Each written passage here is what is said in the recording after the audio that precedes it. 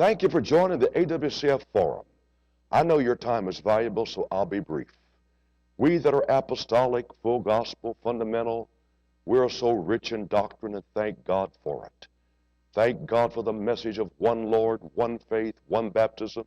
You must be born again. Jesus Christ is coming. Heaven and hell, life eternal. These are wonderful foundation truths. But sometimes I wonder if maybe we lack compassion.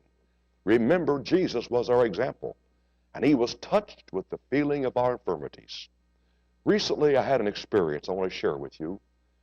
In 30 years, I went to the doctor one time. In fact, I borrowed a line from Archie Bunker, and I said, when I die, it won't be anything serious. But then a couple of months ago, I had an instance of a sickness. And for one who had been to the doctor once in 30 years, I went to the doctor twice in one day. In fact, there were several nights I couldn't sleep. I tossed, I turned, I walked the floor, I prayed. I couldn't breathe, I sat up. Several nights I slept sitting up when I slept, which wasn't very much. I'm okay now. I feel real well. I'm better.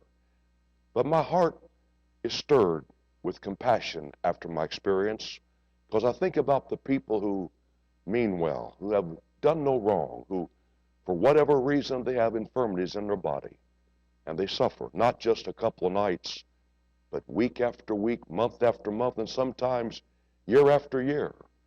And they feel that insecurity, that mortality, that weakness, that frailty, the unsureness.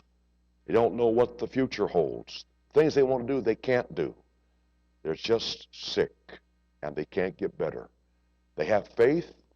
They trusted doctors. They trusted medicine. They even trusted God. But for whatever reason, they just stay sick.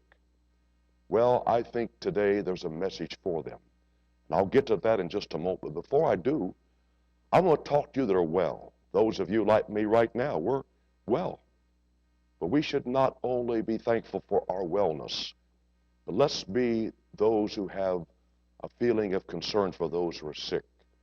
In fact, we're commanded to carry our brothers' frailties and our brothers' needs, to pray for them that have needs. And that's what I'm going to call you to do right now. Remember the story in the Bible that the little man who was ill, who was impotent, he couldn't even wipe his brow. He was that sick. But there were 4 men who picked him up, carried him to Jesus, and when they couldn't get to Jesus easily, they went up on a rooftop, pulled the tile apart, lowered him before Jesus, and he was healed. They carried his infirmity. They bear his burden. They took him to the Lord. I'm going to ask you to join me today in a prayer of faith, that we're going to pray for those who are ill. I get so many phone calls and emails and letters from around the world, people who are hurting, need prayer. Too many to mention on this brief visit with you. But there are 3 good men of God, that come to my mind right now who are suffering in their body. Pastor Frank Sanders in Woodbury, Minnesota. Bishop Scott Baker in Harrisburg, Illinois. And Evangelist Jose Amaraz in Santo Domingo, Dominican Republic. These men all need a miracle. And all the others that I know about and you know about. Let's make intercession for them right now. Let's pray. Let's, who are healthy, who are thankful for our blessing, let's go to God and pray diligently and desperately for those who need a miracle. Now back to you who need that miracle. You've been like the little woman in the Bible. Maybe you've spent all that you had. You've been to doctor after doctor and haven't gotten better. Well, let's just give the Lord another chance. But don't be worried about your faith. You believe God. You've exhausted your faith.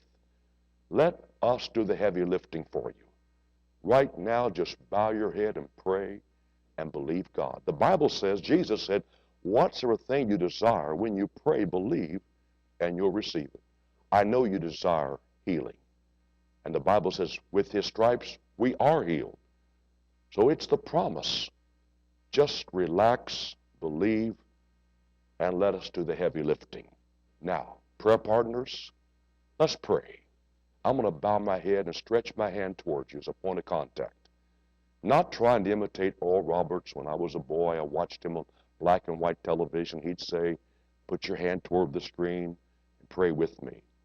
He didn't mean anything mysterious or magical. He had a good point, because the Bible says if any two or three agree, it will be done. So right now, as a gesture of unity and faith, stretch your hand forth with me, and let's agree and pray. And those of you who need healing, while we're praying for you, you relax and believe God and stretch your hand and agree with us. Let's pray now. Father, in the name of Jesus, I bind this illness, this infirmity. Lord, it's the children's meat. You said, with your stripes we are healed. I come against every oppression, every disease, every affliction. We unite those of us who are well in a common cause to bind infirmity and set those who are suffering free. In the name of Jesus, amen. And you that are ill, receive this. Stop worrying. Just believe God. Let the prayer warriors do the heavy lifting. Just receive. Now, Lord, I pray that you reach down now and look at your lambs and those who are hurting. Pick them up. Hold them near your breast. Help them to feel your heartbeat. And breathe upon them your spirit of healing. As you exhale, let them inhale in faith and be filled with healing virtue.